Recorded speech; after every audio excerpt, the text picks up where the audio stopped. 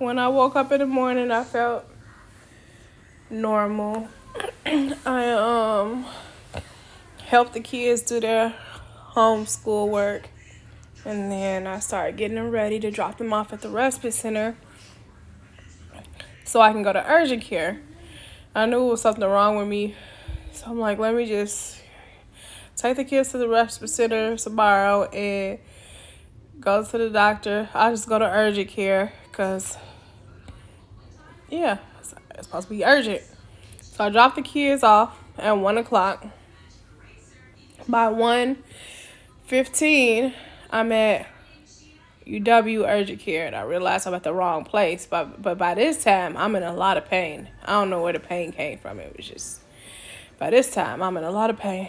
So they tell me I got to go to group health cooperative urgent care because that's what my insurance through. So I go there, and I'm waiting.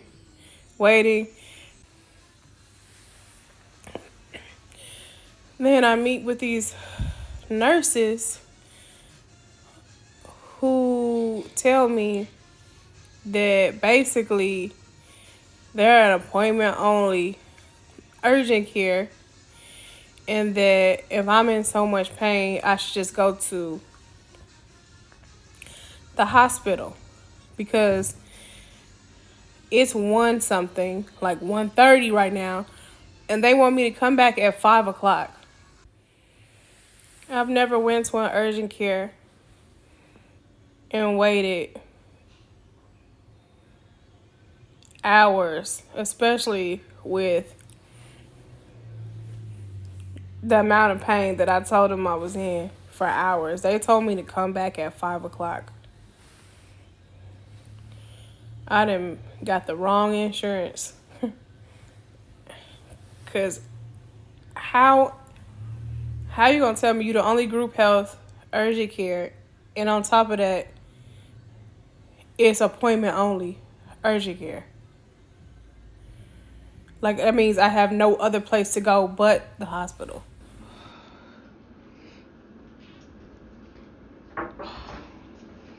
Hello. Yeah. So we can order a UA to check for like a UTI, urinary tract infection. Do you have any concerns for STI, like a sexually transmitted disease? I have concern for everything. For I'm in pain. Okay. Okay, so we'll put some orders in, but we do need to see you again. So the appointment's at 5, but like I said, you can come a little earlier and we can see if we can work in earlier. Unless you need something later in the day, but if you're in that much pain. So I can wait until closer to 3 o'clock. So I can stay here until 3 o'clock? Yep. Okay. There's not another urgent care? Group health?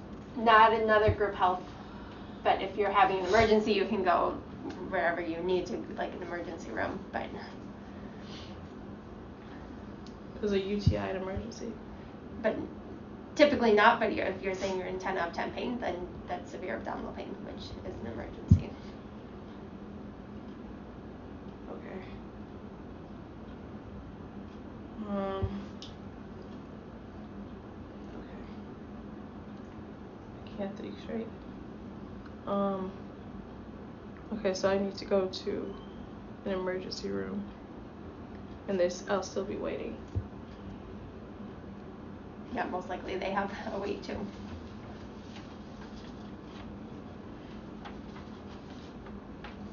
Okay.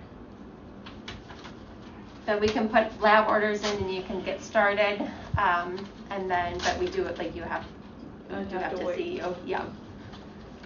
Okay, so I have to come back after what time? Anytime after 3, but your appointment's at 5, so. Okay, so after 3, then I can have labs done, and then the appointment's at 5?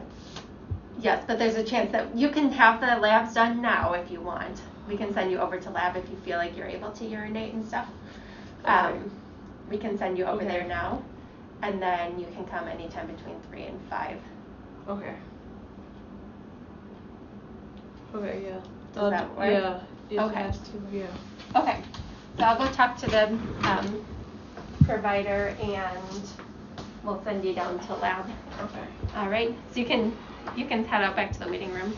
And I promise you, okay, it's a big backlog with getting patients into the hospital because the hospital is full, so that is blocking beds. I checked in before people and I've seen them. Yeah. People are being seen according to their acuity and according to what bed we have available. We may not have an appropriate bed for you. Okay? I came into the hospital at 2 o'clock, letting them know that I had severe abdominal pain. They allowed everyone to be seen before me in an emergency. They did not listen to anything I said. I tried talking to several people about looking me over. I've seen people not in stress, not in pain,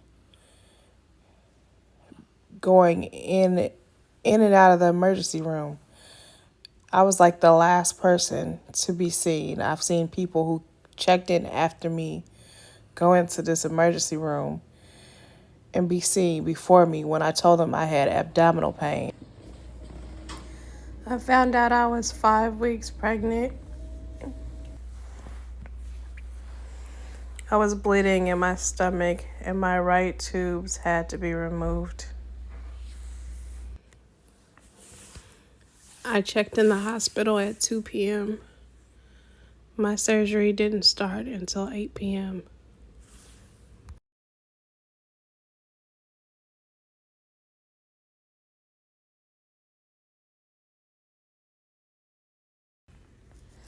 I woke up with 3 holes, 1 on my right side and 2 on my left side.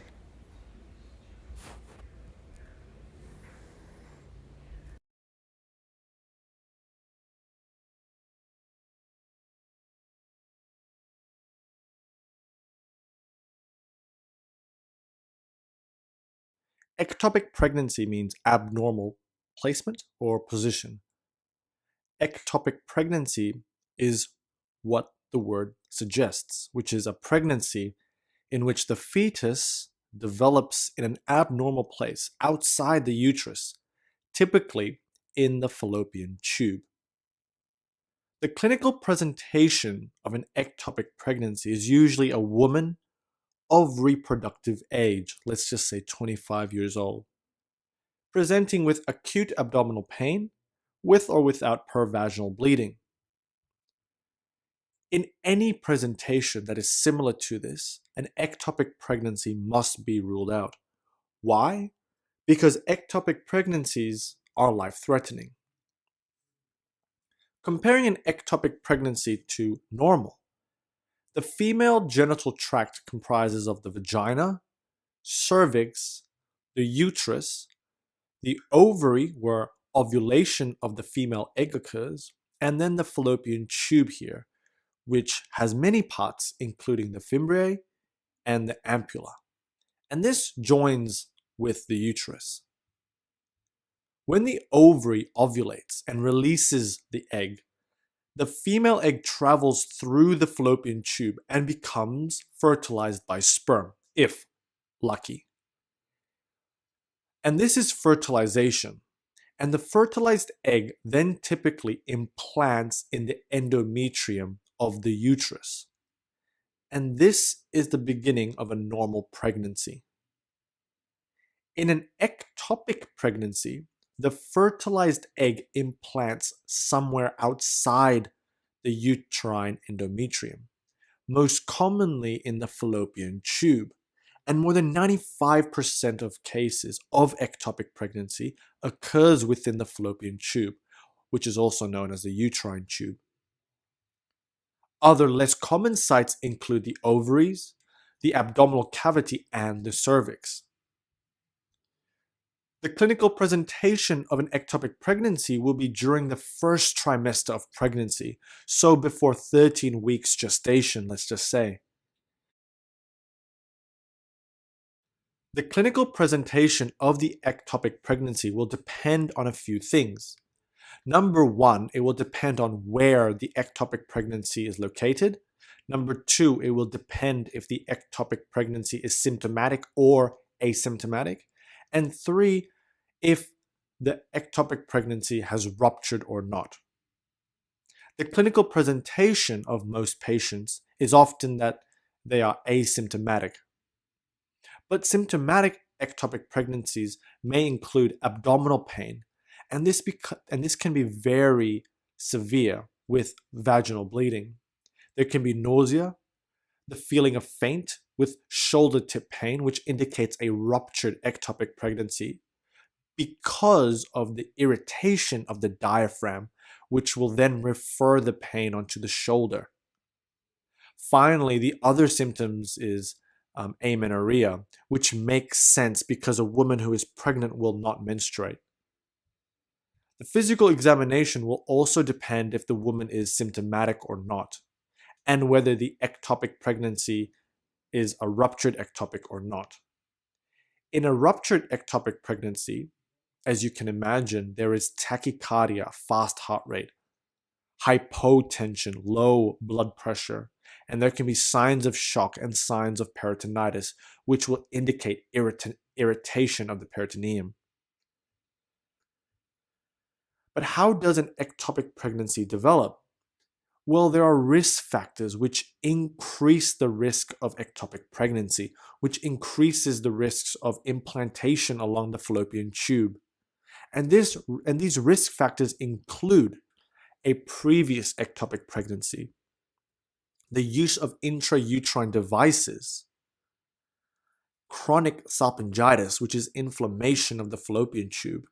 Having tubal surgery also increases the risk.